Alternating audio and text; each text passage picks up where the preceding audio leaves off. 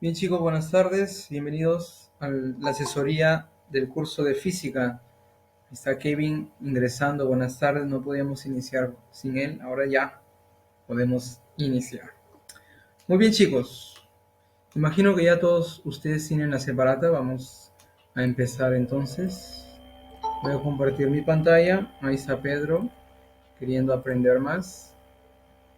Y, y bueno, vamos a elegir algunos problemillas. Otra cosa, gente, aquí está la separata del tema síntesis cinemática curvilínea. Cualquier cosa, vamos a regresar a eso y ver algunas fórmulas, algunos detalles matemáticos. Hola Pedro, y por aquí está la parte teórica de electrostática que ustedes ya lo tienen. Bien, gente, entonces empezamos ahí con nuestra separata, problema número uno de nuestra separata. Cualquier cosa ya saben, gente.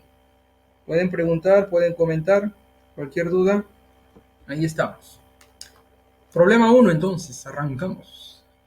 Pero en la figura mostrada, en el mismo instante que se abandona la esfera, oye, la esfera es abandonada en A.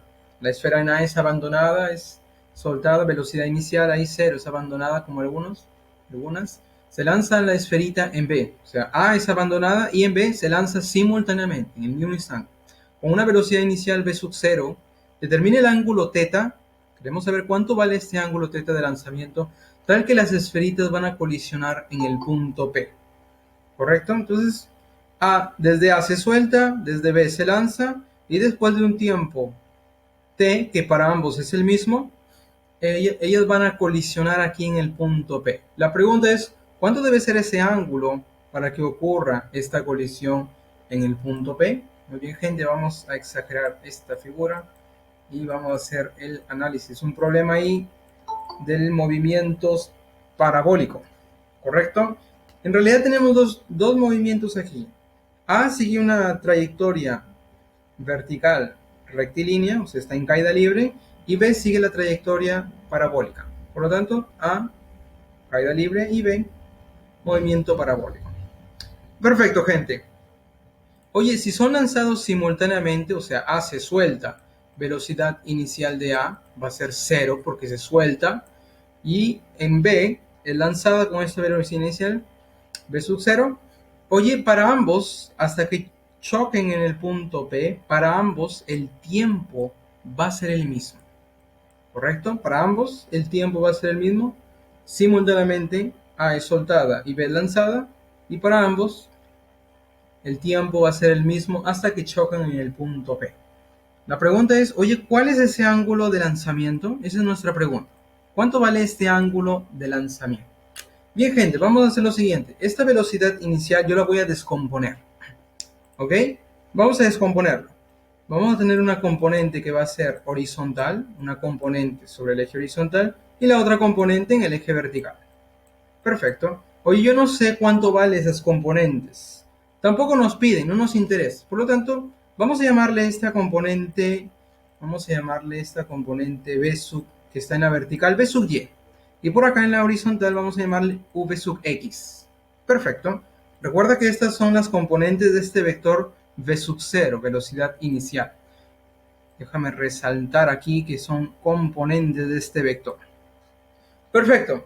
Gente, aquí yo he formado un triángulo rectángulo de cateto opuesto V sub Y o V sub y cateto adyacente la otra componente en X.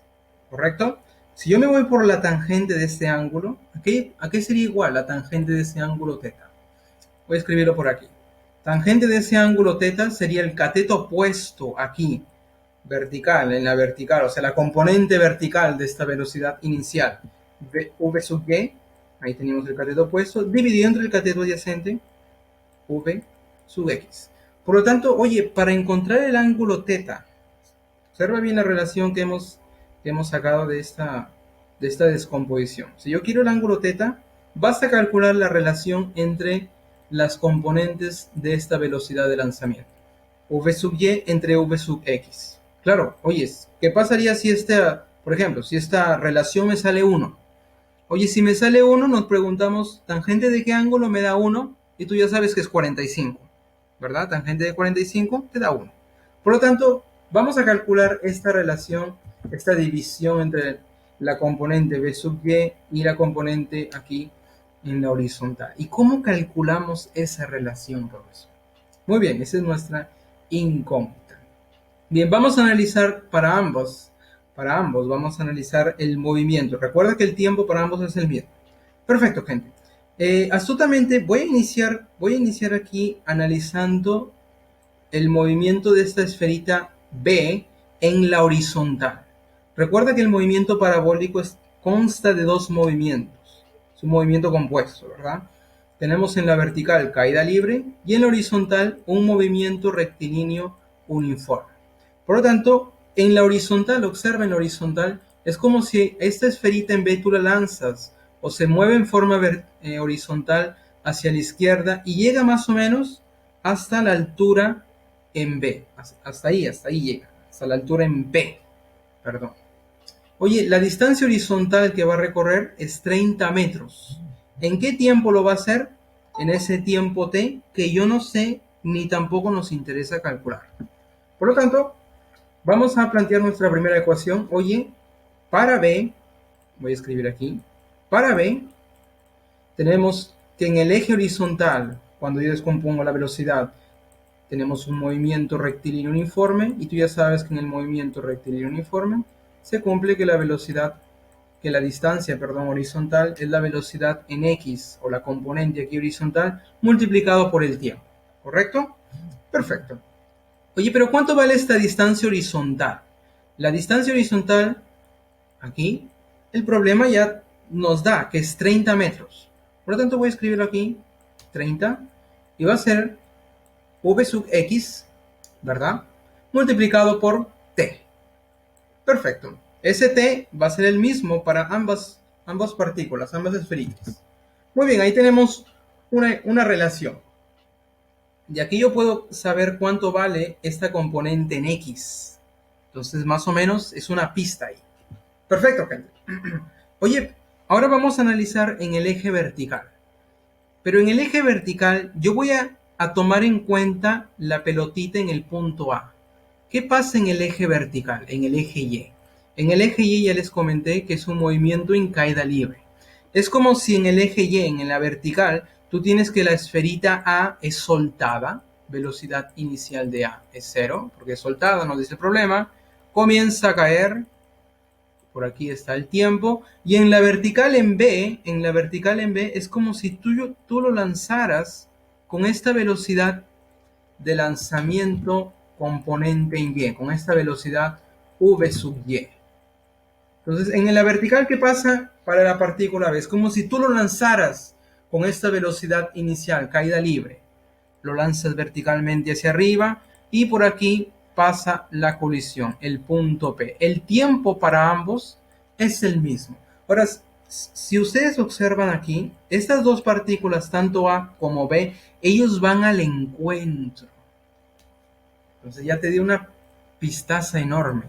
Oye, si van al encuentro y inicialmente están separados, toda esta altura vertical que vale 40, oye, ¿tú te acuerdas de la formulita del tiempo de encuentro? Claro, vamos a aplicarlo, el tiempo de encuentro. Y el tiempo de encuentro aquí, t, va a ser igual a la distancia que lo separa, que es 40, dividido entre la suma de velocidades iniciales. Para A es 0, más para B, para la partícula B, V sub Y, que yo no sé cuánto vale. Muy bien. Bueno, 0 más esto sigue siendo esto, pasa a multiplicar. Tenemos que el producto V sub Y por el tiempo vale 40. Muy bien. Ahí tenemos dos relaciones. Oye, yo quiero la división V sub Y entre V sub X. Vamos con estas dos ecuaciones, vamos a dividirlas. ¿Cómo, profe? Vamos a dividirlas. A ver, dividimos las ecuaciones. ¿Se pueden dividir? Claro, se pueden dividir. A ver, dividimos estas dos ecuaciones. A ver, gente, ¿cuándo las divides? A ver, déjame arreglarlo por aquí. Vamos a dividir estas dos ecuaciones. Ahí está. Muy bien, dividimos estas dos ecuaciones. Cuando nosotros dividimos, t arriba y abajo se van, y tienes la división v sub y entre v sub x, que es la tangente de teta. Por lo tanto, aquí escribimos tangente de teta, y esto es igual, 40 entre 30, se van los ceros, te queda un 4 arriba y un 3 abajo. Por lo tanto, aquí nos preguntamos, oye, ¿cuál es la tangente cuyo ángulo, perdón, cuál es el ángulo cuya tangente es 4 tercios? ¿Tangente de qué ángulo me da 4 tercios? A ver, ¿cuánto sería el ángulo? ¿Cuánto sería el ángulo? ¿Tangente de qué te da 4 tercios? A ver, chicos.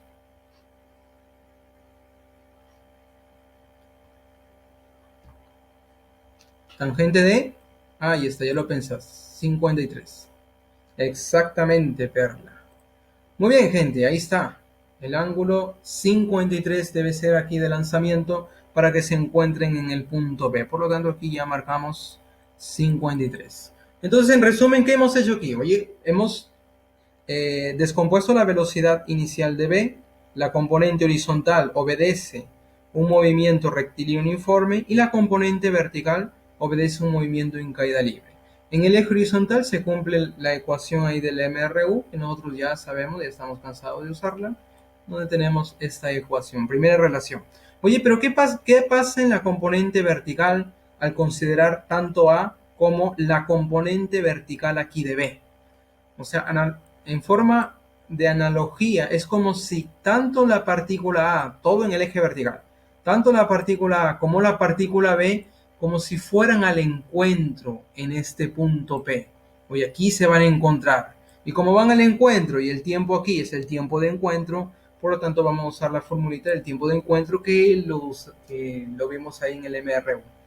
Al usar esta formulita del tiempo de encuentro, distancia que lo separa inicialmente entre la suma de velocidades, v sub y entre v inicial de A, que es 0, porque se suelta. A partir de esa ecuación tengo otra. Oye, con estas dos jugamos y encontramos que la tangente del ángulo de lanzamiento aquí es 4 tercios. Nos preguntamos qué ángulo su tangente es 4 tercios y ahí tenemos que es 53. Muy bien, gente. Ahí tenemos nuestro problemilla 1. Seguimos. Problema 2. Agárrate. Sabiendo que la esfera mostrada de centro O, ahí tenemos una esfera en 3D, su centro O, tiene 10 metros de diámetro. Oye, si su diámetro es 10, ya sabes que su radio es la mitad del diámetro. Y gira con esta velocidad angular de 6 radianes por segundo.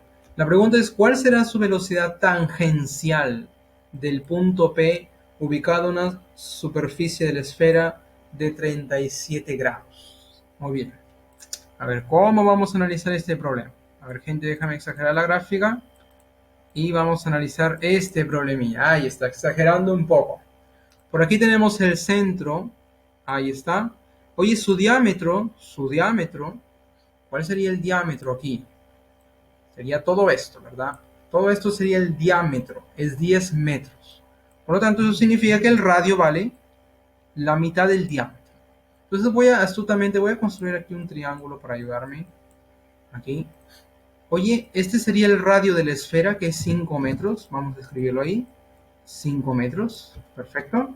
Oye, por aquí, este cateto opuesto al ángulo θ es 3. Donde está el punto P. Ah, bacán. 3. Quiere decir que, bueno, esta proyección, o sea, el cateto adyacente a θ, sería 4, ¿verdad? Los famosos 3, 4, 5 por Pitágoras, si es que no te acuerdas. Calculas este otro cateto. Oye, pero este cateto corresponde al radio de la trayectoria que sigue el punto P. Recuerda que esta esfera en su totalidad está girando con una velocidad angular de 6 radianes por segundo. Por lo tanto, ese punto P al moverse, junto con la esfera, está describiendo esta trayectoria.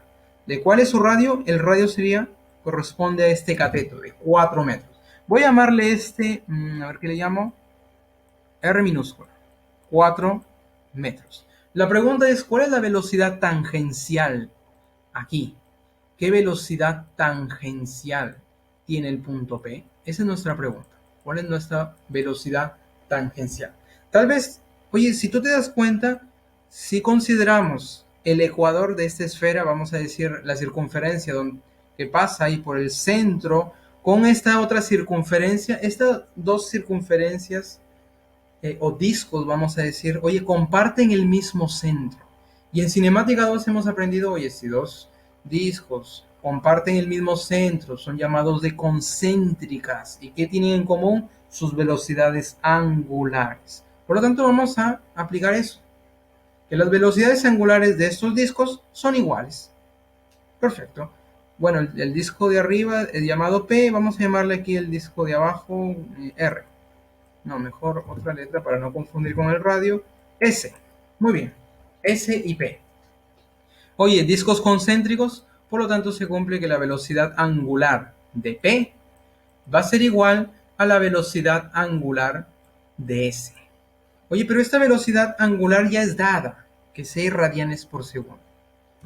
La velocidad angular sería 6 radianes por segundo. A partir de esta relación nosotros vamos a calcular qué velocidad tiene P, qué velocidad tangencial. ¿Y cómo calculamos esa velocidad, profesor?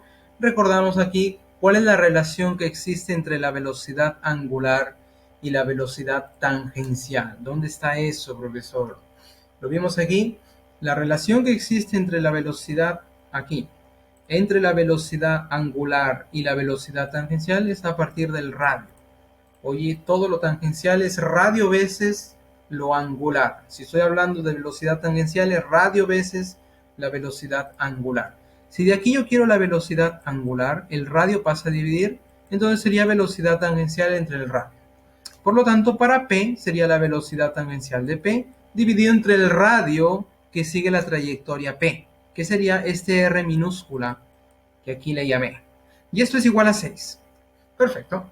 Oye, pero ese radio es 4. Vamos a reemplazarlo.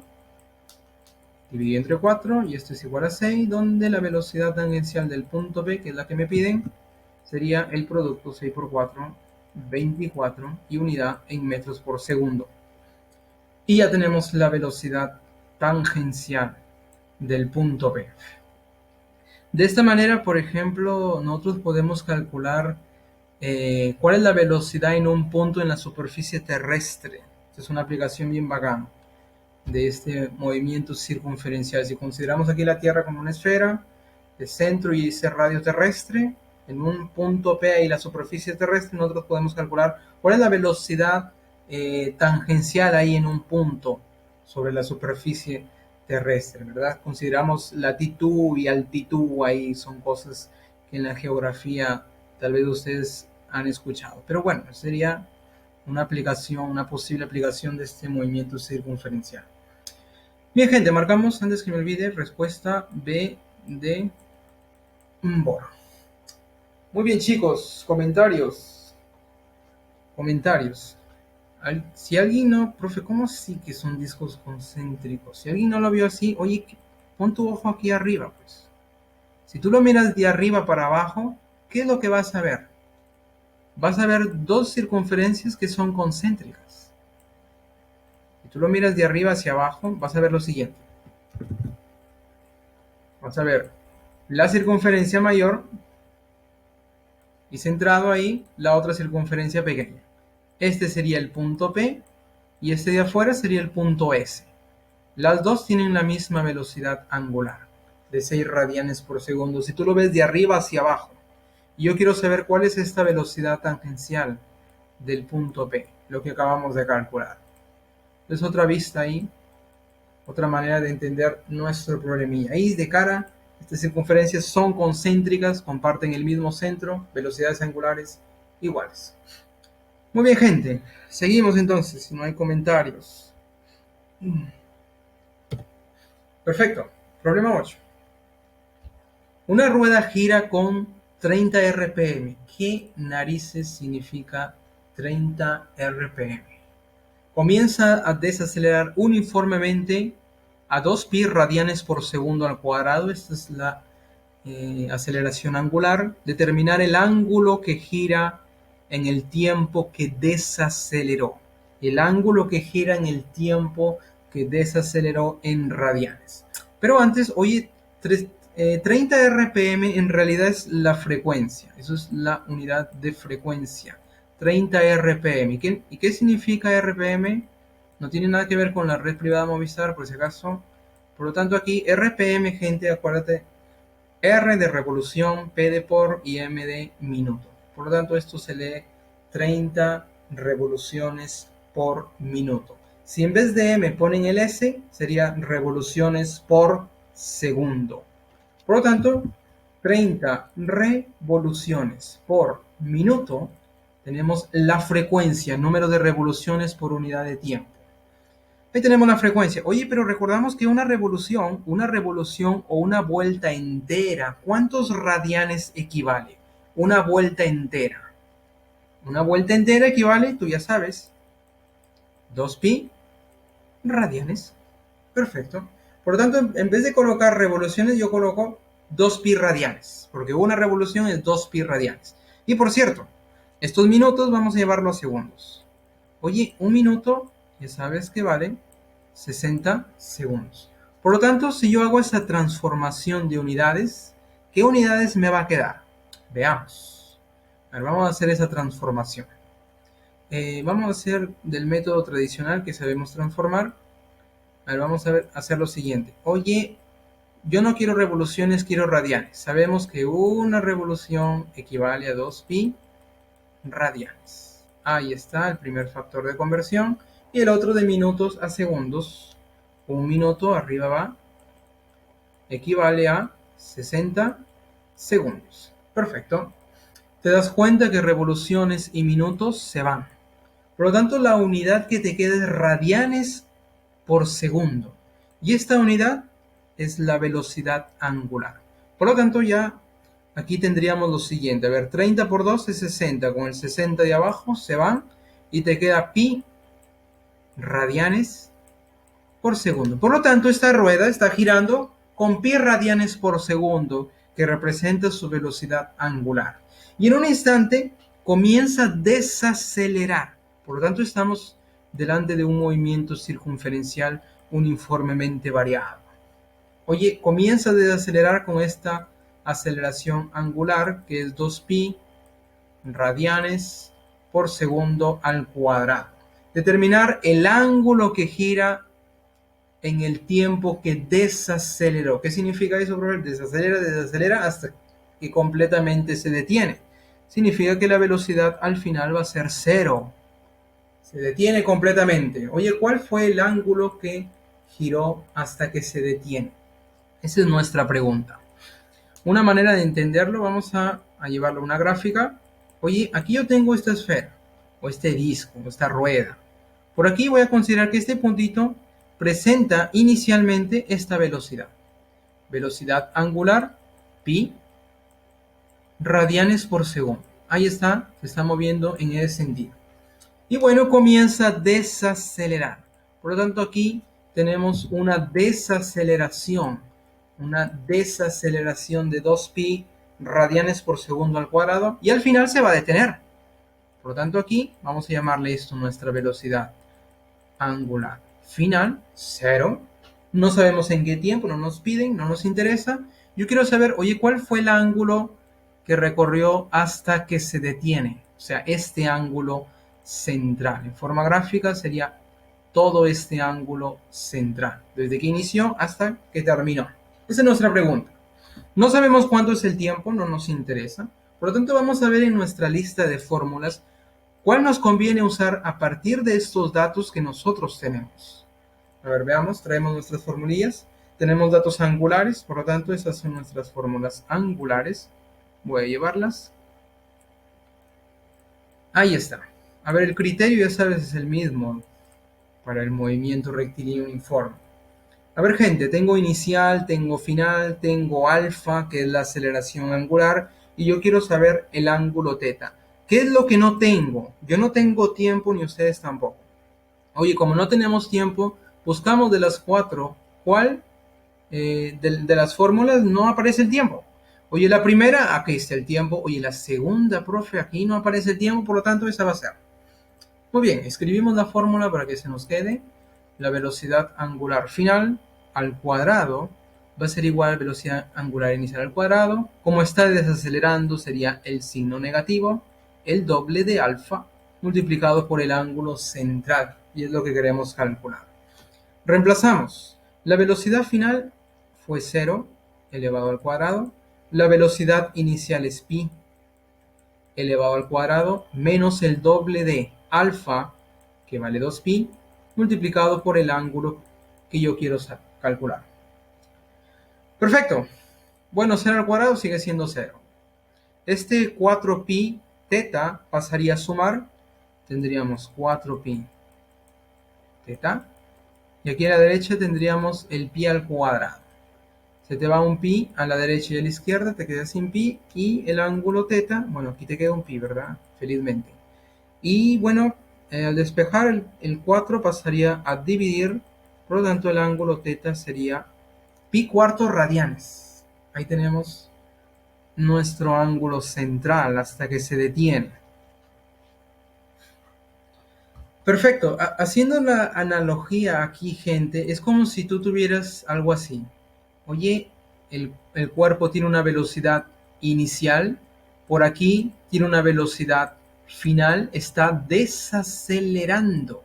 Y yo quiero saber qué distancia recorrió, más o menos así, haciendo una analogía bruta con el MRV, como en el MRV.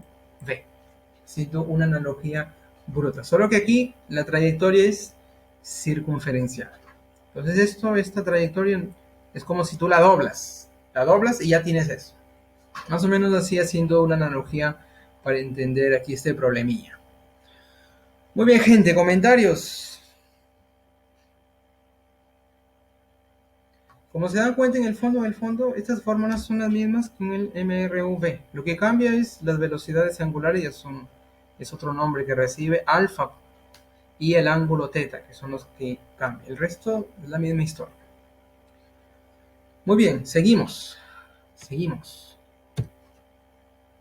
Problema 15, un problema de calorimetría. A ver, gente, un problema de calorimetría. Recordamos aquí, en un calorímetro de capacidad calorífica despreciable como algunos, se vierte 1 litro, 2 litros y 3 litros de un mismo líquido. Ahí tienes un mismo líquido, no sabemos qué es, no nos interesa, pero sabemos que es el mismo líquido con 3 volúmenes diferentes y a temperaturas diferentes. 1 litro está a 2T, 2 litros está a T y 3 litros está a T tercios, respectivamente. Determine la temperatura de equilibrio. A ver, gente, determine la temperatura de equilibrio. Vamos a hacer un grafiquito aquí para ayudarnos. Oye, por aquí tenemos este calorímetro, donde vamos a verter aquí 3 volúmenes diferentes. Por aquí tenemos el volumen 1 de 1 litro a una temperatura 1 de 2T. Ahí está, vamos a verterlo por aquí. Por aquí viene el volumen 2 de 2 litros a una temperatura 2 de T. Y luego viene el otro, por aquí abajo, volumen 3, 3 litros a una temperatura 3, que es la tercera parte de T. Ahí está, tercera parte de T. Queremos saber cuál es la temperatura de equilibrio. ¿Cuál es la temperatura de equilibrio al juntar estos 3 volúmenes? ¿Cuál es la temperatura final? La temperatura de equilibrio. Ponemos en contacto, ya saben, existe una transferencia ahí de energía, representado ahí por el calor que va de los cuerpos más calientes a los cuerpos más fríos o de menor temperatura, hasta que todo el sistema ahí alcance la misma temperatura, llamada temperatura de equilibrio. Por el teorema fundamental ahí de la calorimetría, en forma práctica, tenemos que la formulita ahí para calcular la temperatura de equilibrio, directamente ahí tenemos la fórmula cuando las sustancias que mezclamos son iguales, o sea, la misma, y no hay cambio de estado. Por lo tanto, ahí tenemos, profe, pero aquí aparecen 2 términos y aquí tenemos 3. A ver, cuando son 3, ¿qué hacíamos, gente? ¿Se acuerdan? Simplemente adicionábamos, ¿verdad? Oye, si son 3, simplemente aquí le adicionábamos. A ver, adicionale, sería más, sería un M3 multiplicado por la temperatura 3 y abajo también le adicionamos la masa 3. Por lo tanto, ahí está para tres sustancias iguales que vamos a mezclar directamente en forma práctica. Encontramos la temperatura de equilibrio. Muy bien, gente, entonces vamos a encontrar la temperatura de equilibrio. Te preguntarás, profe, pero aquí aparecen las masas y aquí nosotros tenemos volumen. Gente, cuando hablamos de la misma sustancia, ¿ustedes se acuerdan que la densidad es la masa dividido entre el volumen?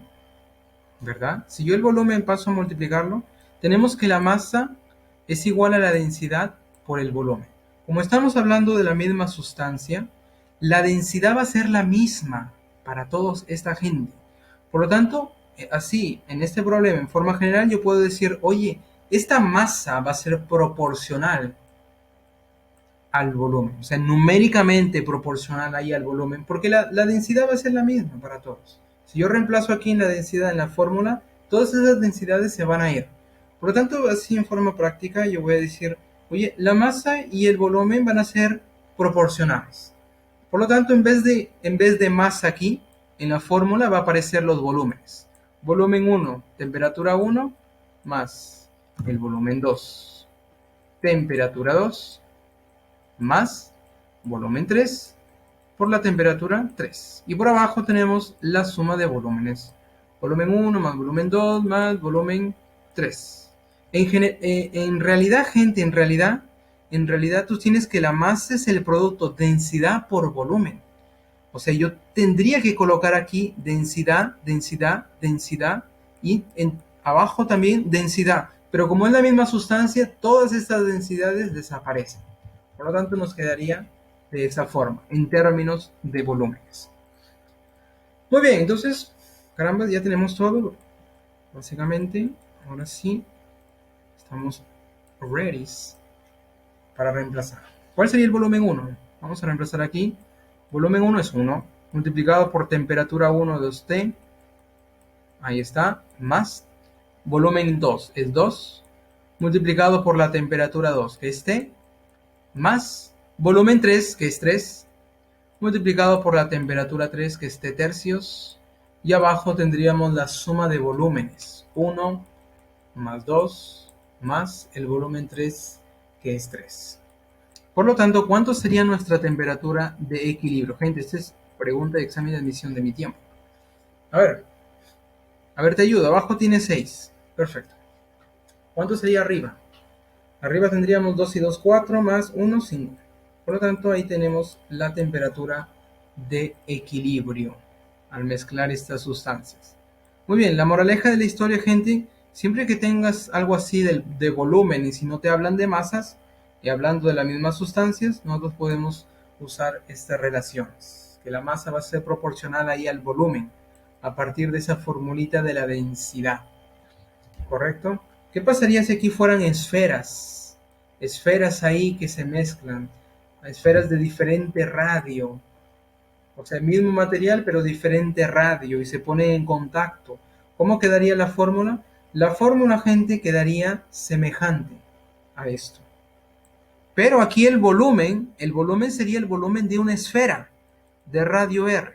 Y el volumen de la esfera ya sabes que es algo veces su radio al cubo. O sea, es proporcional al radio al cubo.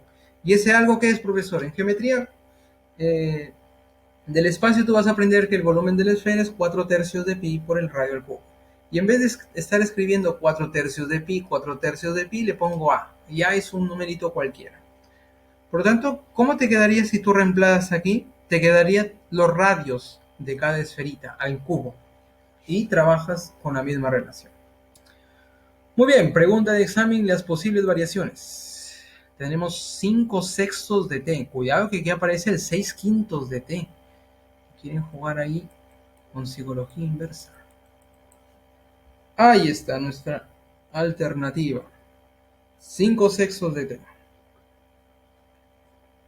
Muy bien, gente, seguimos. Comentarios. ¿No? Ok. Seguimos. Problema 23. También pregunta de examen de admisión. A ver, una partícula de carga Q y de masa M ingresa a toda velocidad v sub 0 paralelamente a las líneas de fuerza de un campo eléctrico homogéneo de intensidad E.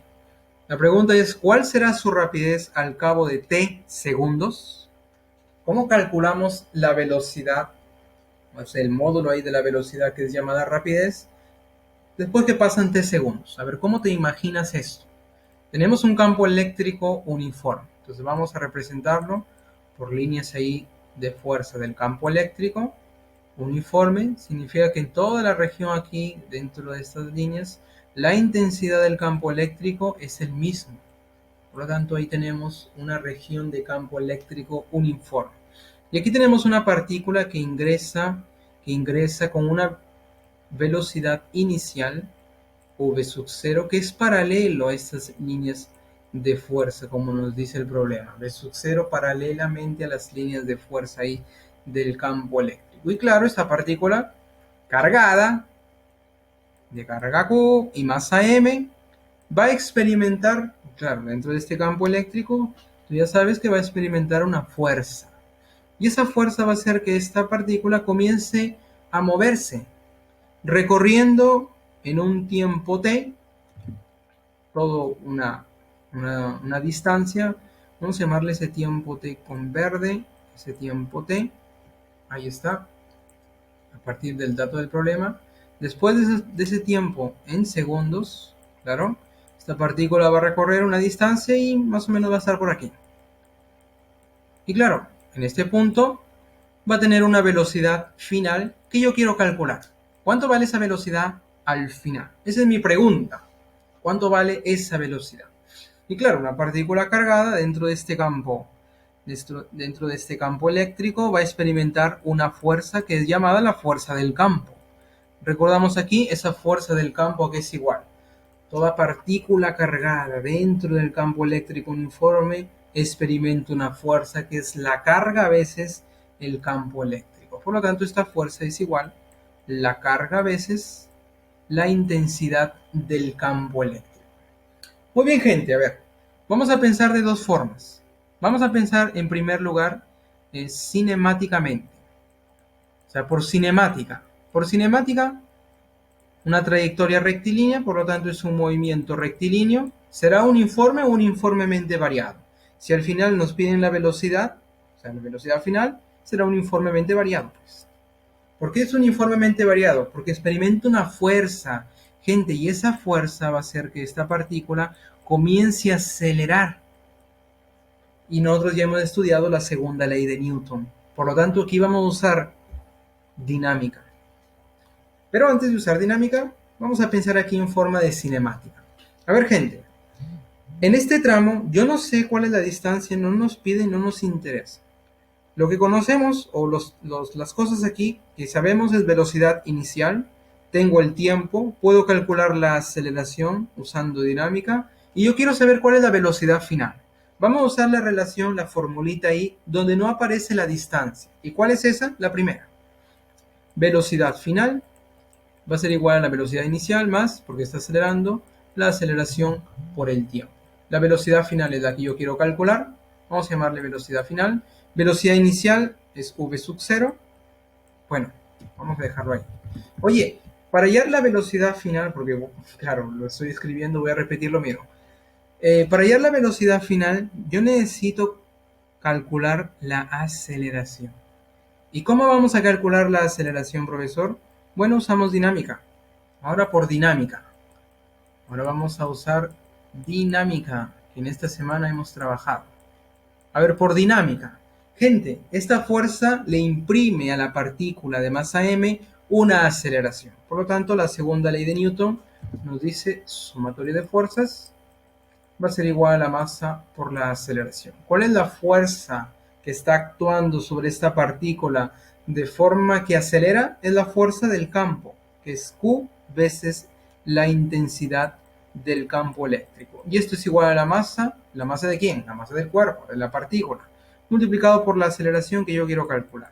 Por lo tanto, la aceleración sería m pasa a dividir Q, intensidad, dividido entre la masa. Oye, ya tengo la aceleración por dinámica. Perfecto. Muy bien, ahora sí, nos regresamos aquí. por cinemática, oye, la velocidad inicial es velocidad inicial más aceleración, nos queda toda esta vaina, Q veces E, dividido entre la masa, multiplicado por ese tiempo chiquitito. Muy bien, profe, no hay respuesta, claro, acomodan la respuesta en una suma de fracciones. Vamos a acomodar la respuesta, ¿ok? La masa vas a multiplicar a la velocidad inicial, por lo tanto sería velocidad inicial veces la masa más, vamos a colocar el campo eléctrico aquí primero, veces la carga, veces el tiempo, y abajo dividido entre la masa. Por lo tanto, ahí tenemos la velocidad al final que adquiere esta partícula después de un tiempo t. Muy bien, gente, pregunta de examen de admisión, grábate ahí la clave. Ahí está. Si te viene ya sabes cómo resolver, si no te acuerdas de la clave, claro, ya sabes cómo resolver. Comentarios.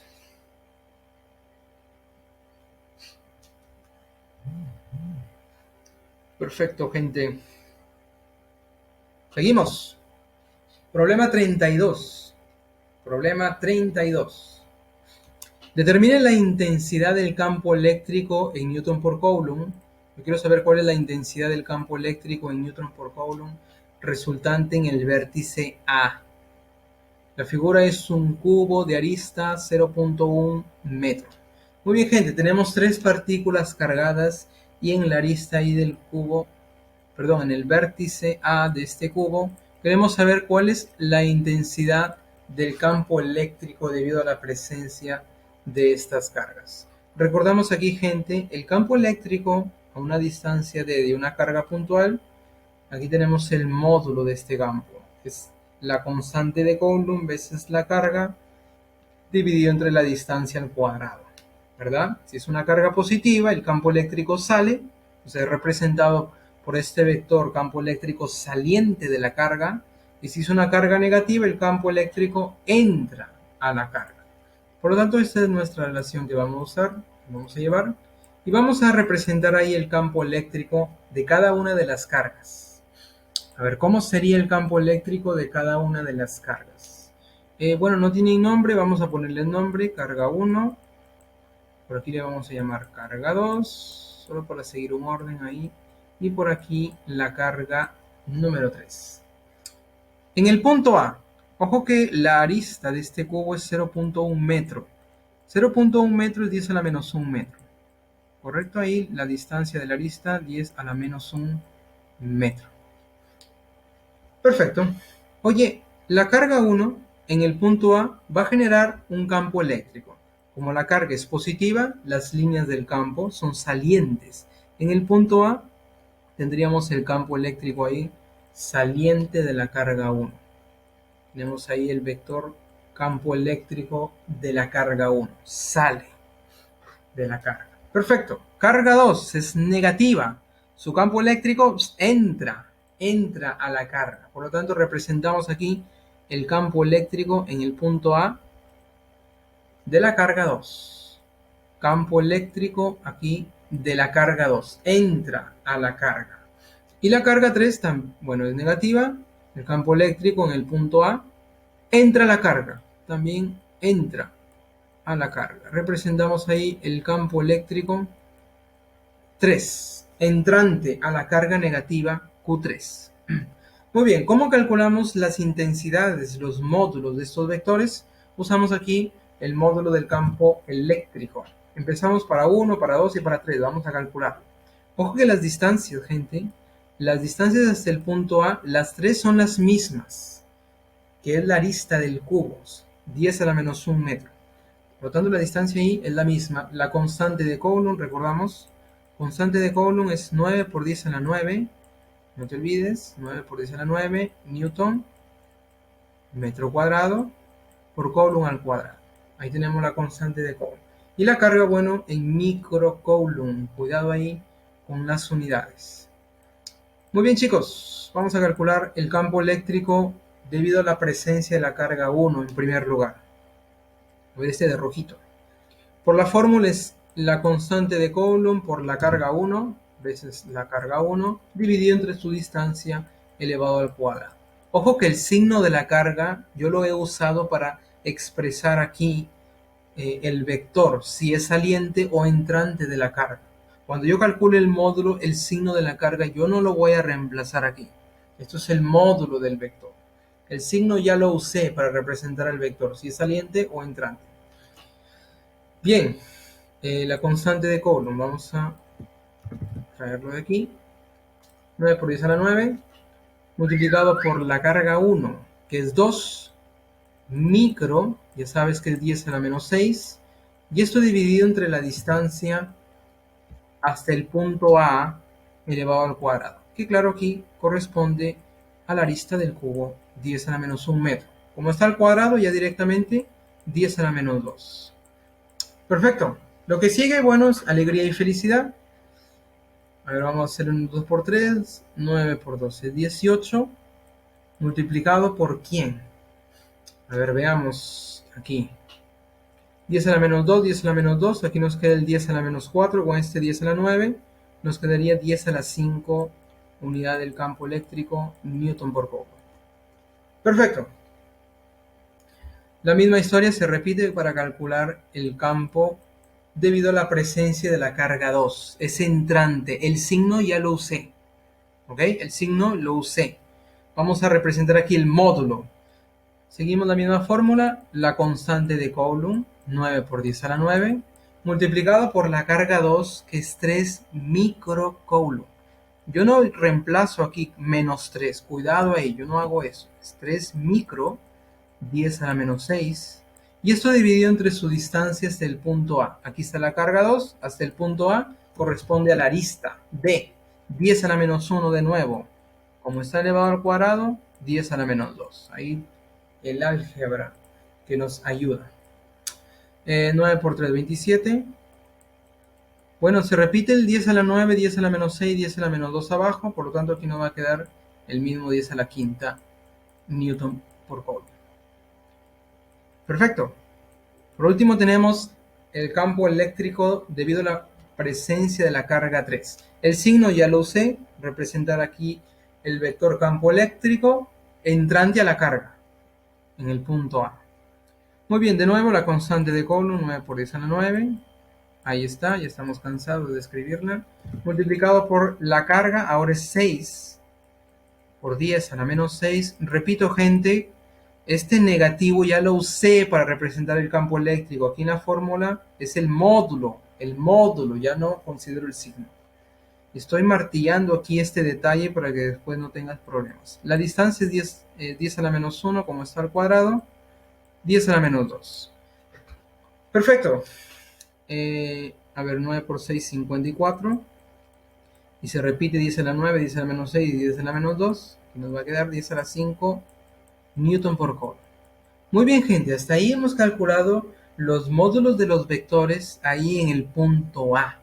Oye, pero yo quiero saber cuál es el campo eléctrico resultante, me dice el problema. Resultante. ¿Cómo así, profesor? Resultante. A ver, gente, voy a traer este punto A y los campos eléctricos que he dibujado ahí. A ver, voy a ver si me sale. Más o menos. Ahí está. Oye, el punto A es el vértice aquí en el fondo. Imagínate como si fuera la esquina de tu cuarto. La esquina de tu cuarto es el punto A. ¿Verdad? Esta es la esquina. Por aquí está el piso. Este es el piso y la vertical. Ahí tenemos la línea roja vertical. Oye, yo tengo tres vectores que son perpendiculares. Son tres vectores que son perpendiculares. Oye, ¿tú te acuerdas que cuando nosotros teníamos en el plano, vamos a pensar en el plano, cuando nosotros teníamos dos vectores que eran perpendiculares, ¿cómo calculábamos la resultante de dos vectores perpendiculares cuando están en el plano? Por ejemplo, aquí A y B. Cuando están en el plano, ¿qué hacíamos? Simplemente un pitagorazo, ¿verdad? Para calcular el módulo de dos vectores que son perpendiculares. Profe, pero aquí hay tres. Y esos tres vectores también son perpendiculares entre sí. Esos tres vectores son perpendiculares entre sí. Es como la esquina ahí de tu casa. Perdón, la esquina de tu cuarto. Oye, y cuando son tres vectores que son perpendiculares, ¿cómo calculamos el vector resultante? Gente, en realidad es como una extensión a tres dimensiones del teorema de Pitágoras. ¿Cómo así, profe? Extensión. O sea, si en el plano era la raíz cuadrada del campo 1 al cuadrado, más el campo 2 elevado al cuadrado, la resultante en el punto A, en el plano, cuando yo me voy al espacio, o sea, tres dimensiones, en 2D son dos ahí componentes. Cuando yo me voy a 3D, simplemente le agrego un tercer, sumando aquí al cuadrado, que sería la tercera componente, o la componente ahí en Z. Por lo tanto, este es un pitagorazo ahí genérico para tres dimensiones. Pitágoras ahí en tres dimensiones. Parece raro decir Pitágoras en tres dimensiones, pero es un análogo.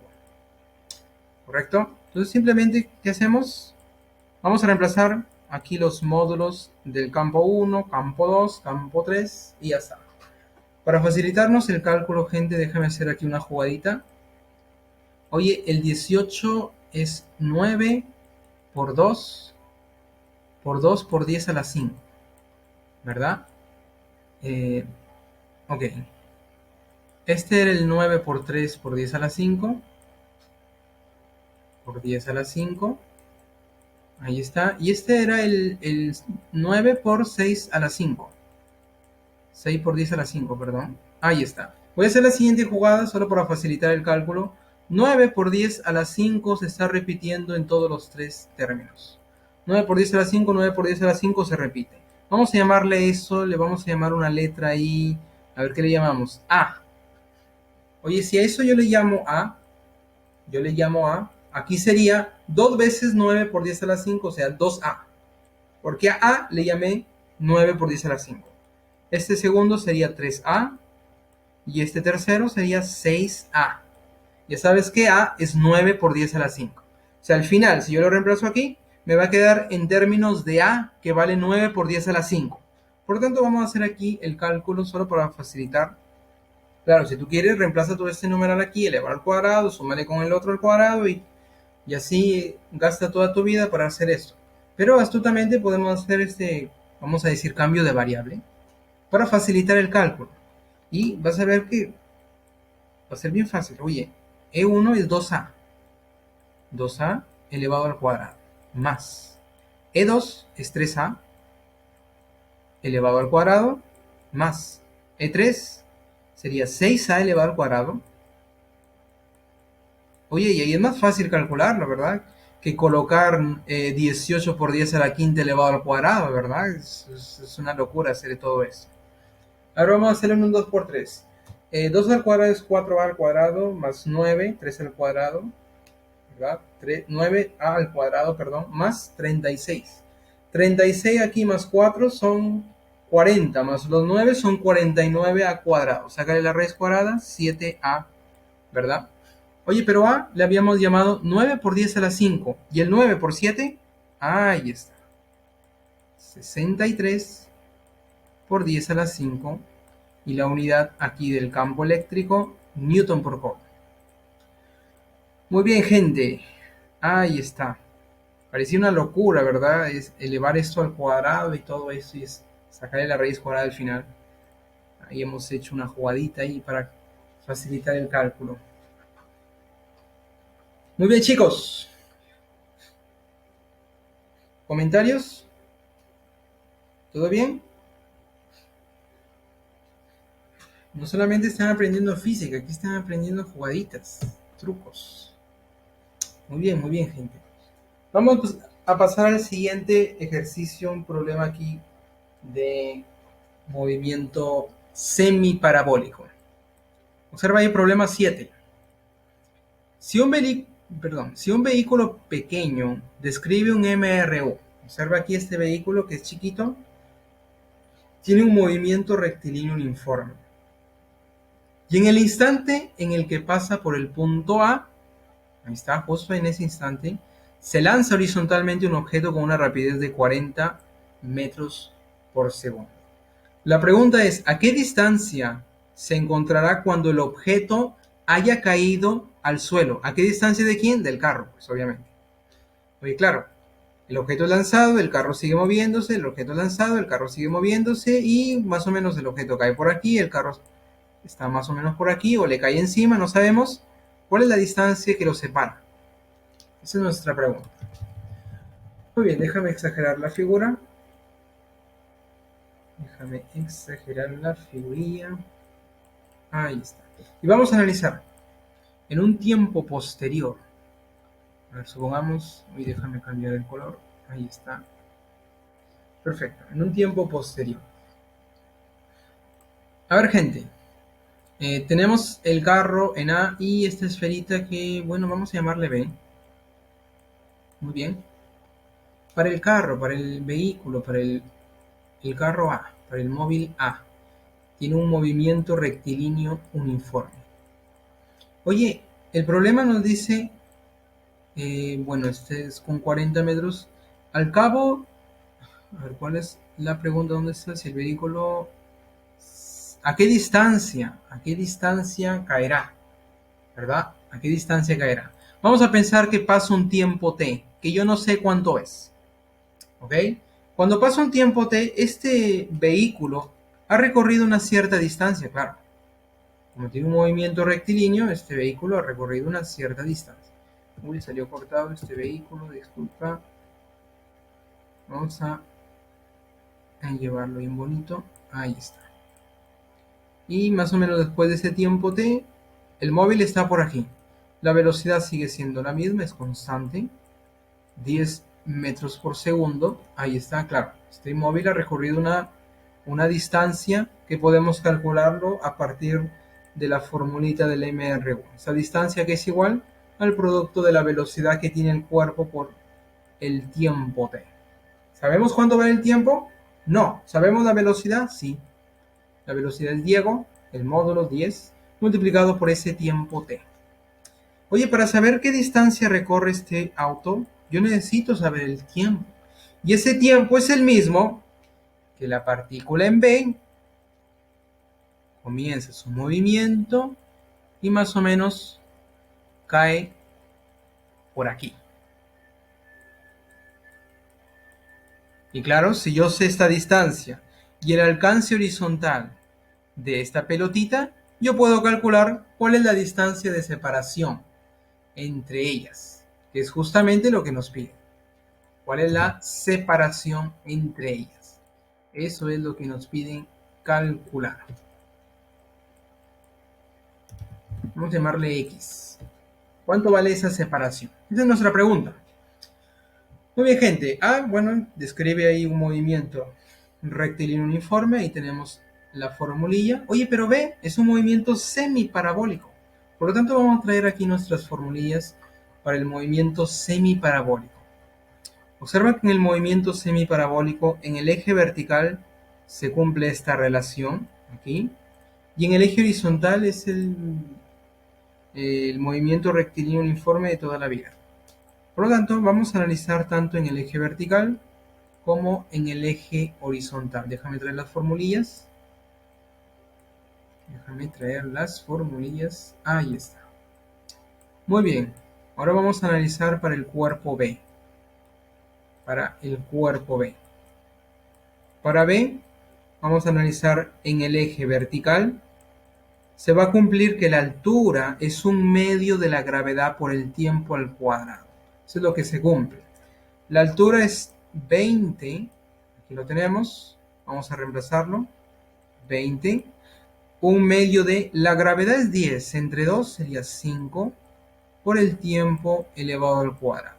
Por lo tanto, el tiempo aquí que se demora esta partícula B hasta llegar al suelo sería quinta 1, quinta 4, saca de la raíz cuadrada, 2 segundos. Oye, en 2 segundos, esta partícula B está aquí. Oye, pero va a ser el mismo tiempo que este móvil recorre toda esta distancia. Es el mismo tiempo. Por lo tanto, ese tiempo también sería 2 segundos. Es el mismo, ambos se mueven simultáneamente.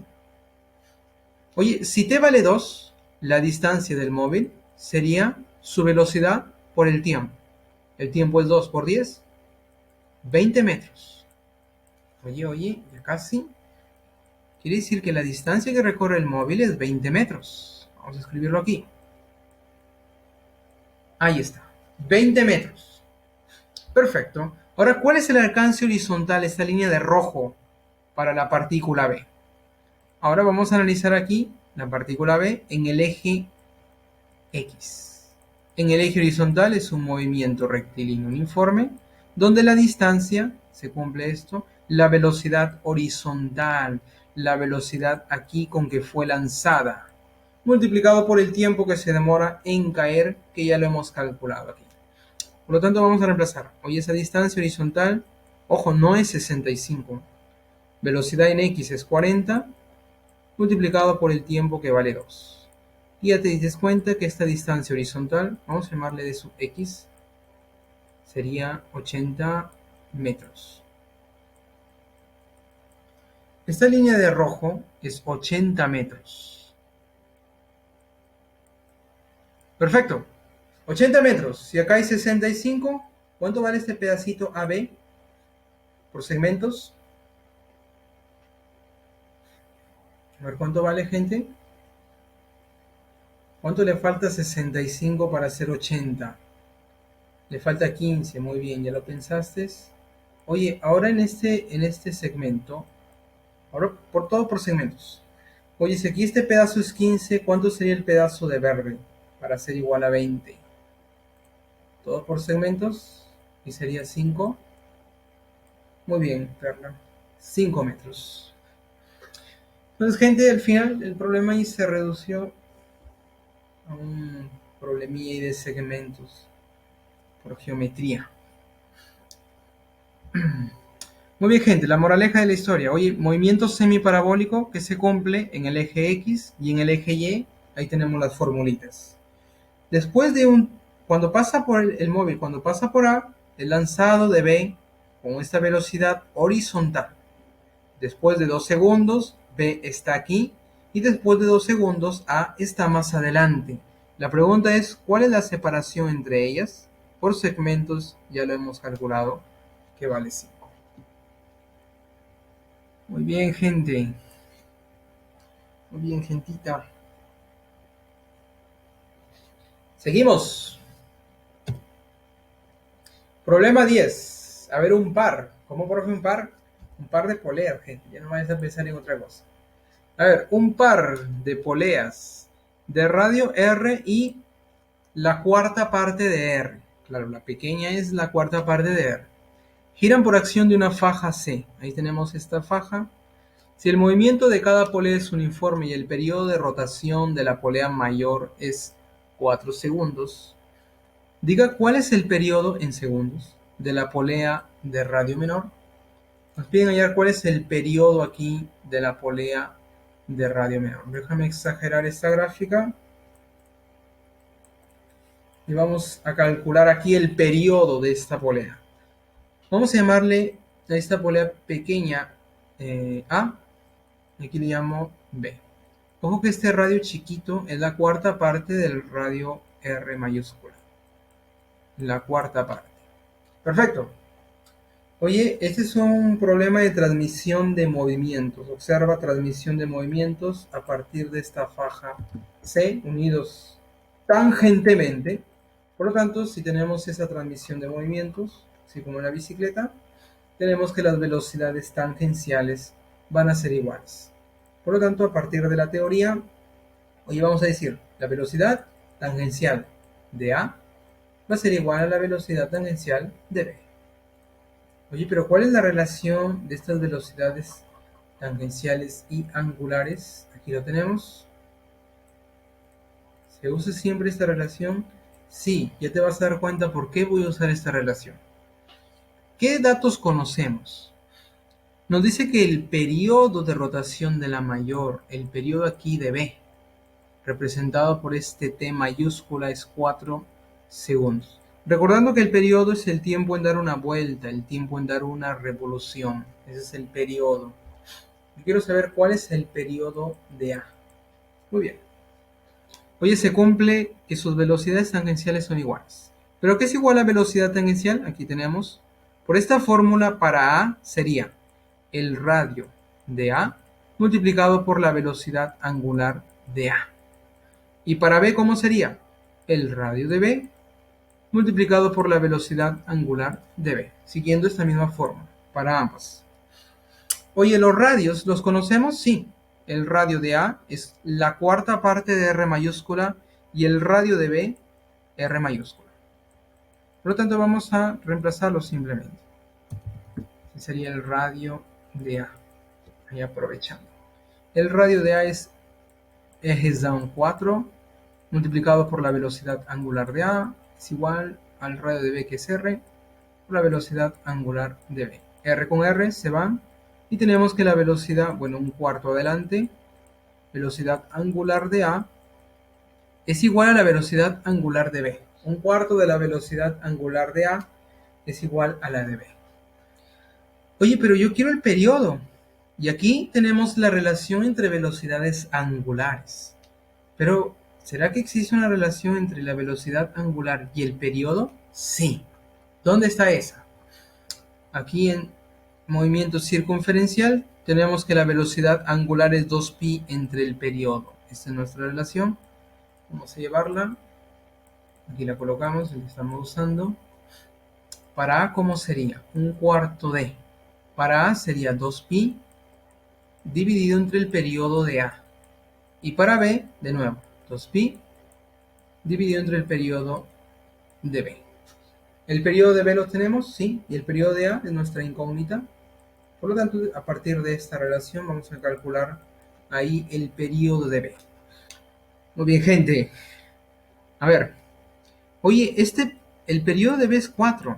Como yo tengo 4 a la izquierda, ya puedo cancelarlos directamente y te queda el periodo de A igual a 1.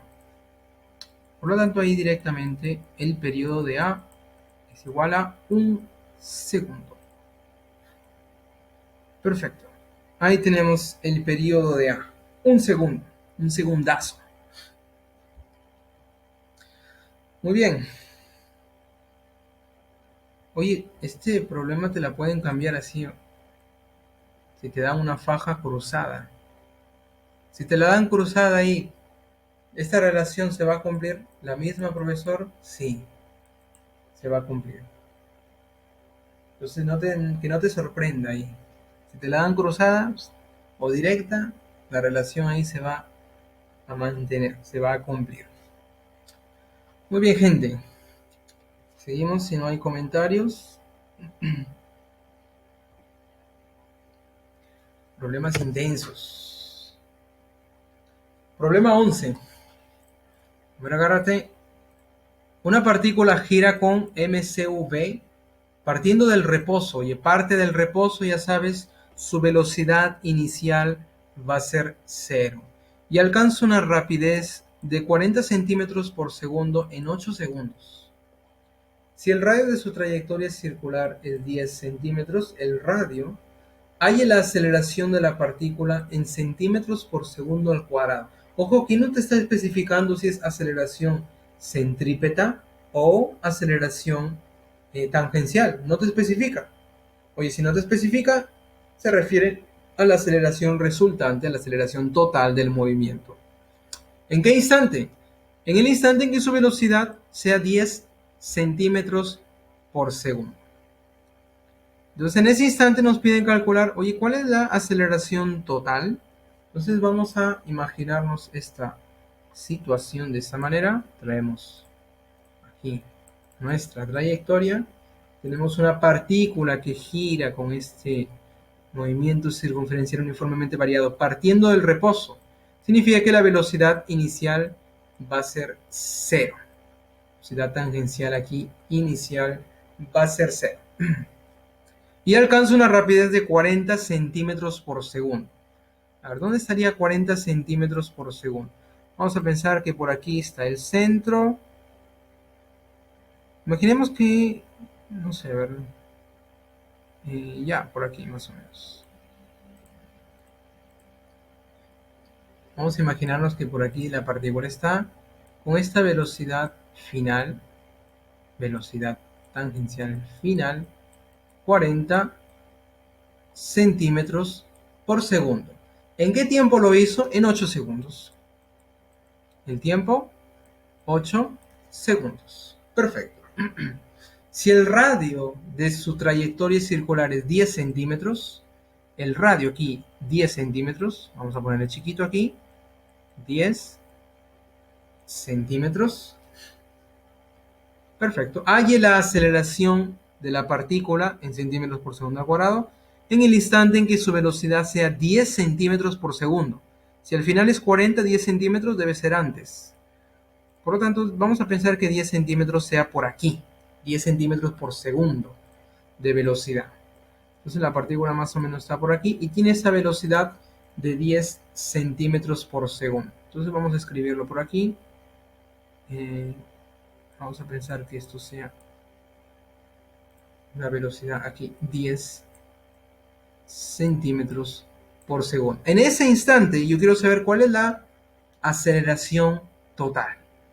Muy bien, gente, sabemos que existe movimiento circunferencial uniformemente variado.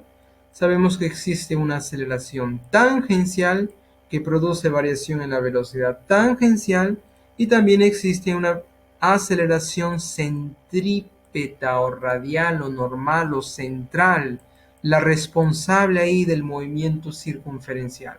Ambas son perpendiculares. Como yo quiero saber la aceleración total, necesitamos por Pitágoras calcular la resultante de esos dos vectores. Por Pitágoras. Entonces queremos saber cuál es la resultante de estos dos vectores. A esto le llamamos la aceleración total o simplemente aceleración. Entonces nuestra pregunta es la aceleración total a partir de la resultante de estos dos vectores. Por Pitágoras, aceleración centrípeta al cuadrado más la aceleración tangencial elevado al cuadrado. Entonces queremos saber la aceleración total. Para calcularlo necesito aceleración tangencial y aceleración centrípeta. Oye, en este punto yo conozco la velocidad tangencial. Conozco el radio. ¿Puedo calcular la aceleración centrípeta? Sí. La aceleración centrípeta en función de la velocidad tangencial al cuadrado dividido entre el radio. Es una fórmula. O también en función de la velocidad angular al cuadrado multiplicado por el radio. Me conviene usar velocidad tangencial, que es la que conozco aquí en este puntito. Vamos a reemplazarlo. La velocidad ahí es 10 elevado al cuadrado dividido entre el radio, que es 10. Por lo tanto, la aceleración centrípeta es 10 centímetros por segundo al cuadrado. Estamos hablando de aceleración. Perfecto. Hoy ya tenemos la aceleración centrípeta. ¿Por qué sale 10? Claro, pues 10 arriba, 10 abajo, te queda el 10. Muy bien. Oye, pero falta la aceleración tangencial. ¿Y cómo calculamos esa aceleración tangencial? A ver, gente, ¿podemos calcular esa aceleración tangencial? Sí, a partir de los datos que tenemos. Tengo velocidad inicial, final, tiempo. Yo quiero saber cuál es la aceleración tangencial. Vamos a traer nuestras formulitas. Cuando tenemos datos tangenciales, aquí están nuestras formulitas. Vamos a llevarlo. Perfecto. A ver, ¿cuál me conviene usar? ¿Cuál me conviene usar a partir de los datos que tengo? Observa que yo tengo inicial, tengo final, tengo tiempo y tenemos tiempo, claro. Y la aceleración tangencial es la que yo quiero calcular. ¿Cuál de las cuatro relaciona esas cantidades? Observa la primera relación de esas cantidades. ¿Ok? El arco no lo tengo, por lo tanto, la primera ahí es la que se encaja muy bien. A ver, vamos a usar la primera, velocidad inicial, más, porque está acelerando. Aceleración tangencial, que es lo que yo quiero calcular, multiplicado por el tiempo. La velocidad al final fue 40. Inicial, 0. Aceleración tangencial, no sé, por el tiempo, que vale 8. Perfecto. La aceleración tangencial, el 8 pasa a dividir al 40, sería 5 centímetros por segundo al cuadrado. Una vez que ya tengo la aceleración tangencial y la centrípeta, ahora sí podemos calcular la aceleración total. Observa, la centrípeta es 10 elevado al cuadrado más la tangencial es 5 elevado al cuadrado. Y aquí tenemos 100 más 25 raíz cuadrada de 125. Sería la aceleración total en unidad de centímetro por segundo al cuadrado. Ahí tenemos nuestra aceleración total. Perfecto. Otra manera de ver esta, si una aproximación, una forma súper bruta, es como si tú tuvieras un movimiento rectilíneo uniformemente variado, oye, y tienes estos datos. Tienes inicial que es 0, tienes el tiempo que es 8, tienes final que es 40 centímetros por segundo, y tú quieres hallar la aceleración de este movimiento. Aquí tienes una distancia que yo le llamo S, que en realidad aquí es el arco. Entonces, haciendo así una comparación extremadamente bruta, tal vez con esta analogía se puede entender este movimiento rectilíneo. Perdón, movimiento circunferencial. Muy bien, chicos. ¿Comentarios?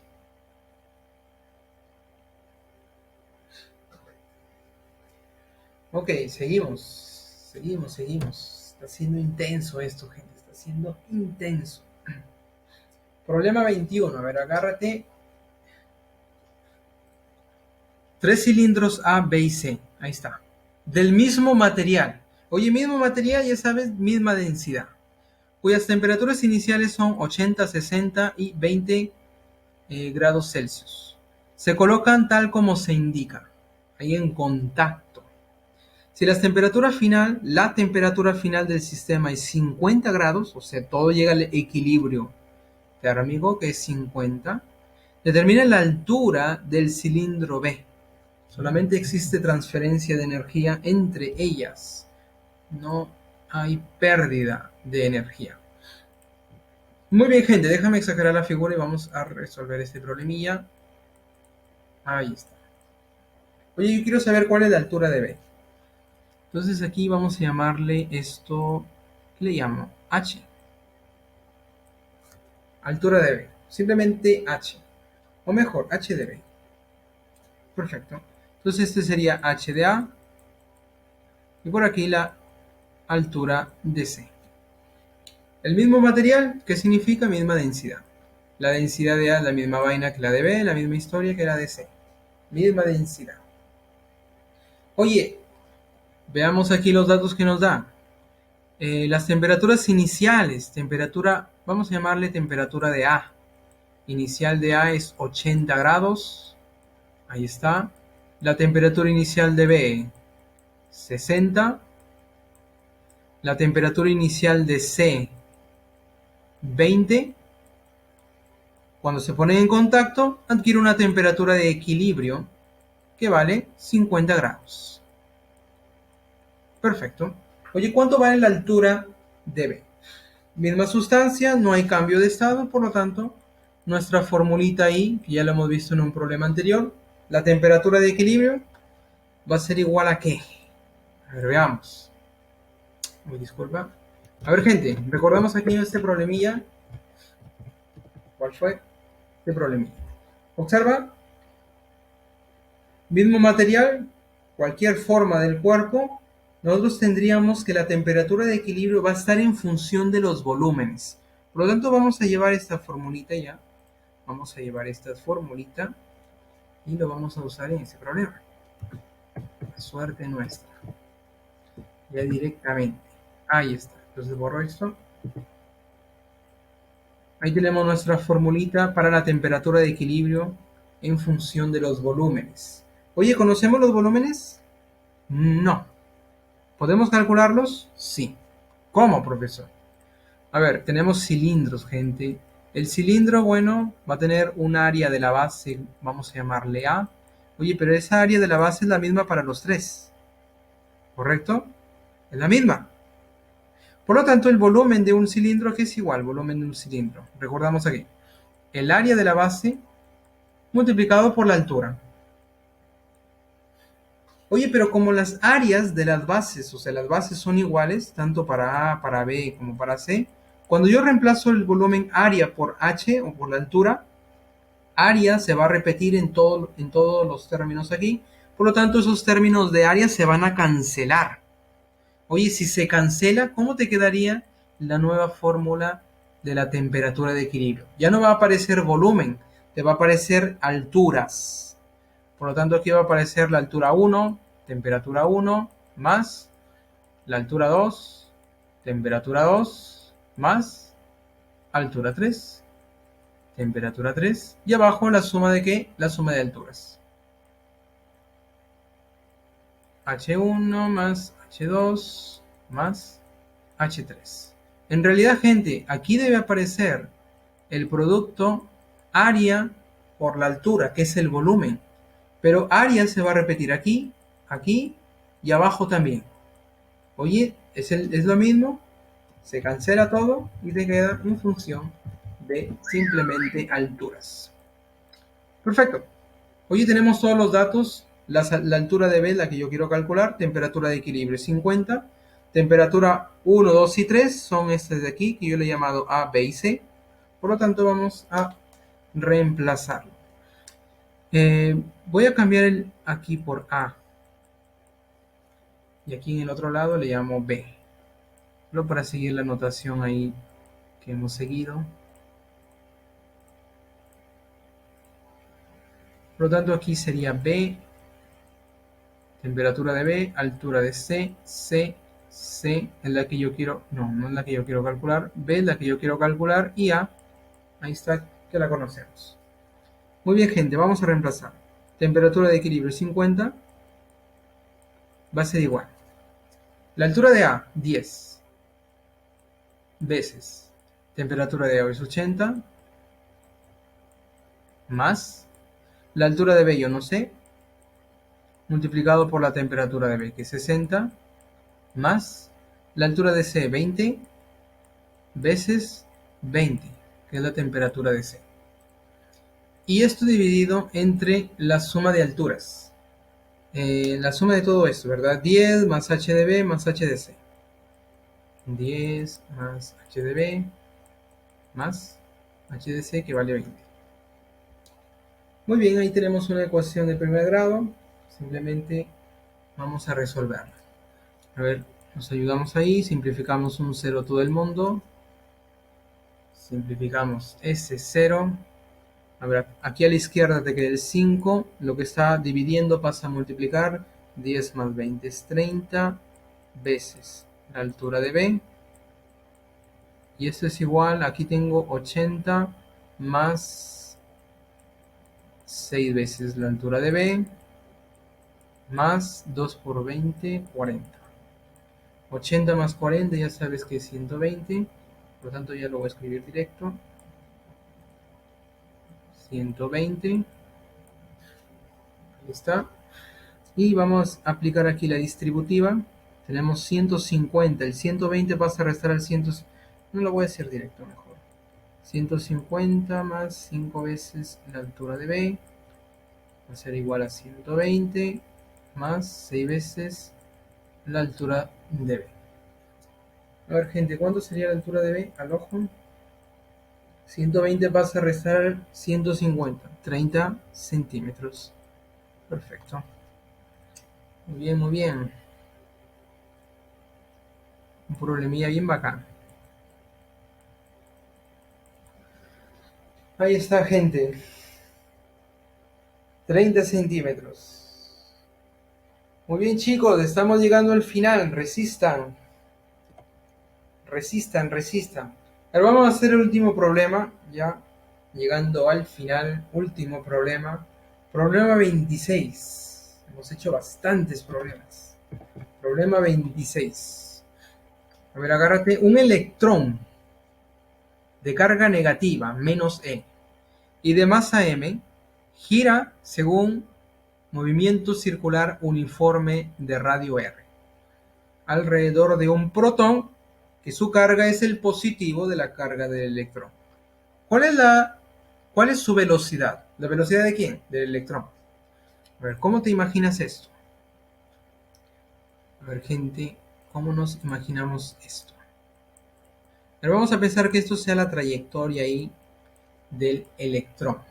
Por aquí en el centro colocamos el protón de carga eléctrica positivo del electrón, por aquí el electrón bien chiquito, de carga eléctrica negativa. Y claro, este electrón va a comenzar a girar alrededor de este protón con una cierta velocidad, ahí, una cierta velocidad tangencial. Yo quiero saber cuánto vale esa velocidad tangencial.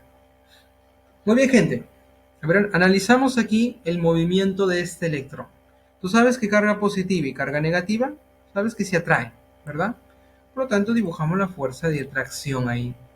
Por la ley de Coulomb, tenemos la fuerza de atracción, la fuerza eléctrica. La fuerza eléctrica. Esta fuerza eléctrica hace que el movimiento del electrón siga esta trayectoria circunferencial. ¿Correcto? ¿Cuál es su velocidad? Esa es nuestra pregunta. Muy bien, vamos a aplicar dinámica por dinámica. ¿Por qué, profe, por dinámica? Porque la fuerza, la que produce aquí el movimiento, entonces se está relacionando la fuerza y la causa que lo origina. Por eso dinámica aparece aquí. Segunda ley de Newton, sumatoria de fuerzas centrales va a ser igual a la masa por la aceleración central, o normal, o radial, o centrípeta. Ahí tenemos los dos ejes, recordando ahí lo que hacíamos en dinámica, el eje tangencial, eje radial, diagrama de cuerpo libre. La masa, gente, aquí del electrón es bien pequeña, bien chiquita. Por lo tanto, para el peso es casi nada. ¿Correcto? ¿Cuál sería la fuerza aquí central, la que se dirige hacia el centro? Sería la fuerza eléctrica, la única que entra al centro. No hay ninguna que sale, eso es igual a la masa de aquí, la masa del electrón, por la aceleración centrípeta, que en función de la velocidad tangencial sería velocidad tangencial al cuadrado, dividido entre el radio. ¿Y el radio de quién? El radio aquí de la trayectoria, o sea, la distancia entre el protón que está en el centro y el electrón siguiendo esta trayectoria. Oye, por la ley de Coulomb, ¿a qué es igual esa fuerza de interacción entre dos cargas eléctricas? La constante de Coulomb multiplicado por el producto de cargas. Una es E, la otra también es E. E por E. Y esto dividido entre la distancia que lo separa, R elevado al cuadrado. Y esto es igual a la masa por la velocidad elevada al cuadrado dividido entre el radio. ¿Te das cuenta? R chiquito abajo, a la derecha y a la izquierda se van. E por S, E al cuadrado, veces K, dividido entre un R que te queda aquí, abajo, y este M pasa a dividir. Y esto es igual a nuestra velocidad al cuadrado. Queremos saber cuánto vale esta velocidad. Pasa como raíz cuadrada de E al cuadrado sale del radical y adentro te queda el K, la constante de Coulomb, dividido entre R veces la masa. Y ahí tenemos nuestra velocidad del electrón. En uno de los modelos atómicos, creo que es de Bohr, se usa esta parte de la dinámica para calcular la velocidad que tiene el electrón en el átomo de hidrógeno, un protón en el centro y un electrón ahí girando. Muy bien, gente, hemos llegado al final. Comentarios hasta aquí. ¿Todo bien? Ok, vamos. Ok. Gente, todos los problemas están ahí en la carpeta de asesoría en el Drive. Toda la información está allá. Las asesorías pasadas, el link del video, todo está allá. Después de esta clase también voy a colocar la información en la carpeta del Drive. ¿Ok? De nada. Muy bien, chicos, vamos a quedarnos por aquí. Algunos ya están casi desmayándose.